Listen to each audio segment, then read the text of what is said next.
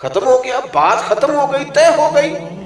تو عزیز بھائی بیٹھ جائیں، اللہ آپ کو خوش رکھے. ایک کھلا رہی ہے تو پھر کٹھے بھی تھے آپ ہی کرنے پہنتے نے نا. اللہ آپ کو خوش رکھے، یہ کچھ سیانا کام تو نہیں نا جی. ایک بات اور عرض کرنی ہے، پھر اپنی بات کو ختم کرتا ہوں. جب ہم چاہیں گے نا کہ ہم سے اللہ کوئی کام لے لے، تو پھر تھوڑا سا ہمیں دوسروں کے جذبات کا بھی خیال رکھنا پڑے گا. یہ ٹھیک ہے کہ بڑا آدمی دیر سے آتا ہے، لیکن بڑا آدمی کبھی یہ پسند نہیں کرتا کہ کوئی اس کے لیے بیچارہ منتظر بیٹھا رہے. یہ نہیں ہو سکتا کہ ہٹو بچوں کی داستانوں میں کئیوں کے دل ٹوٹ جائیں. دوسروں کے جذبات کا خیال رکھنا، احساسات کا. ہمارے ہاں نا یہ مسئلہ بن گیا ہے کہ اپنی ذات سے معاملہ شروع ہوتا ہے، اپنی ذات پر ختم ہو جاتا ہے. ہمارے بزرگوں نے، ہمارے مشائخ نے احساس رکھا. احساس. میں اپنے حضرت کی بارگاہ میں بیٹھا تھا، ایک بزرگ آ گئے. اب وہاں 3-4 مفتیان کرام بیٹھے ہیں جنہوں نے اپنے فتاوی جات کی تصدیق لینی ہے. تو بابا جی آ گئے تو وہ اب سادی باتیں، بیٹا بڑا تنگ کرتا ہے، ساری باتیں بہو کی مانتا ہے، شادی سے پہلے بڑا نیک تھا. یہ بھی بندہ اپنے دل کو تسلی دیتا ہے، ورنہ جو پہلے نیک ہوتا ہے وہ بعد میں بھی نیک ہی ہوتا ہے، اور جو پہلے نہیں ہوتا وہ بعد میں بھی کسی اور کا نام لگ جاتا ہے، ورنہ وہ بعد میں بھی معاملہ ایک. تو ساری نہ سادی باتیں حضرت اس کو جواب دیتے ہیں. پھر اس نے وہ ساری تسلیوں کے بعد کہا مجھے تعویذ بھی چاہیے. ایک لکھا تو اس نے کہا نہیں، ایک برکت کا بھی چاہیے. اس نے کہا ایک تعویذ مجھے نظر کا بھی چاہیے. تو وہ تسلی لے کے وہ شخص اٹھ کے چلا گیا. ایک مفتی صاحب کہنے لگے حضور اس طرح کے بندے میرے حوالے کر دیا کریں. تو حضرت فرمانے لگے کیوں؟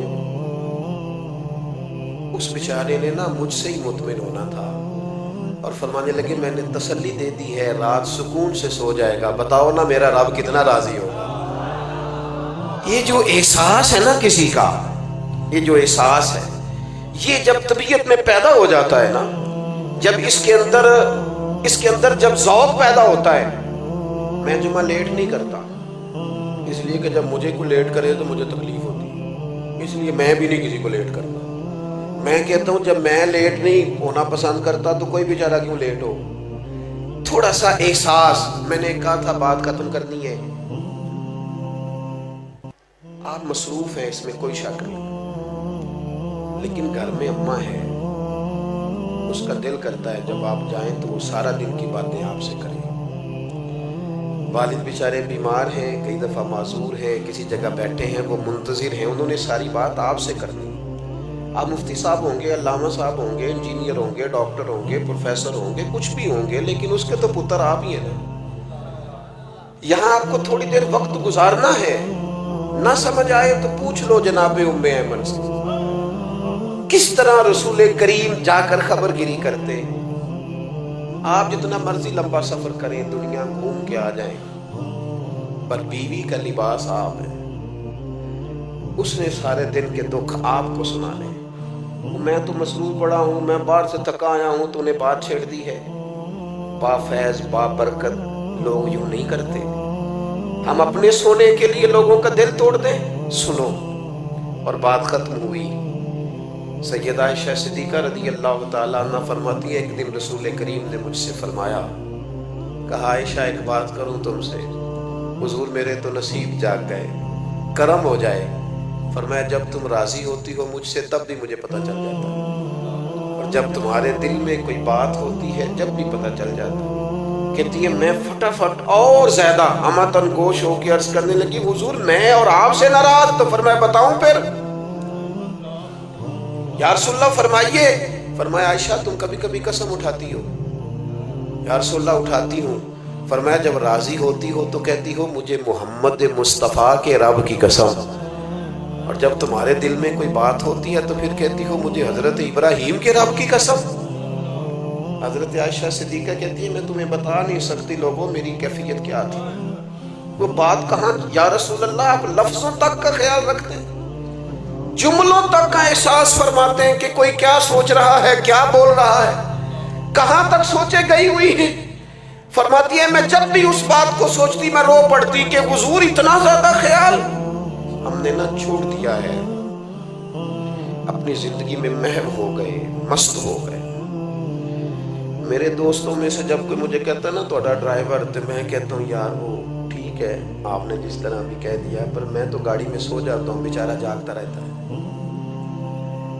وہ اس کو اسٹریٹ سیدھا دیکھنا ہے، میں تو لیکن قدر نہیں ہے نا، احساس نہیں ہے۔ ہم نے سوائے اپنے دائیں بائیں دیکھنا چھوڑ دیا ہے۔ اپنے آپ کو بابرکت بنائیں، بافیض بنائیں۔ مومن کے لیے وہ اجر ہے جو کبھی ختم نہیں ہوگا۔ جانے کے بعد لوگوں کی تعریفیں شروع ہوئی اور پھر بڑی ہوئی۔ میں اندر بیٹھا تھا ابھی حضرت کے گھر میں، تو میں وہاں بھی کہہ رہا تھا کہ میں دل سے حضرت مفتی صاحب کی قدر کرتا ہوں، اور مجھے حاجت نہیں ہے کسی بندے کی تعریف کرنے کی۔ تھوڑا سا ذرا شعر سے، کتاب سے، پڑھنے لکھنے سے شغف رہتا ہے۔ حضرت علامہ شرف صاحب رحمۃ اللہ علیہ کی کتاب پڑھنا، صاحبزادہ خورشید گیلانی صاحب نے تقریض لکھی تھی، تو میں بھی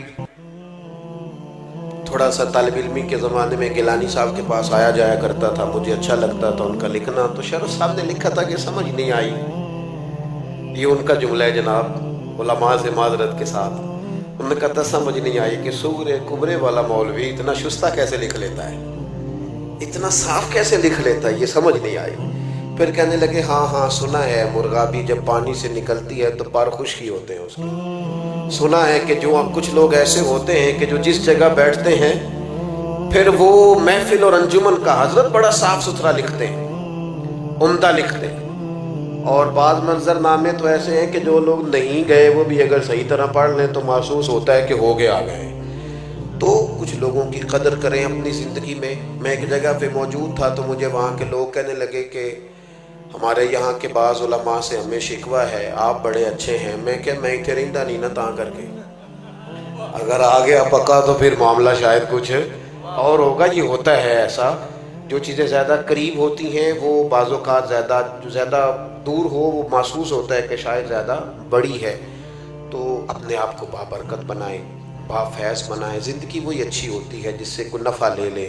اللہ تعالیٰ اس آستانے کو قیامت کی صبح تک آباد فرمائے۔ آخر دعوانا الحمدللہ۔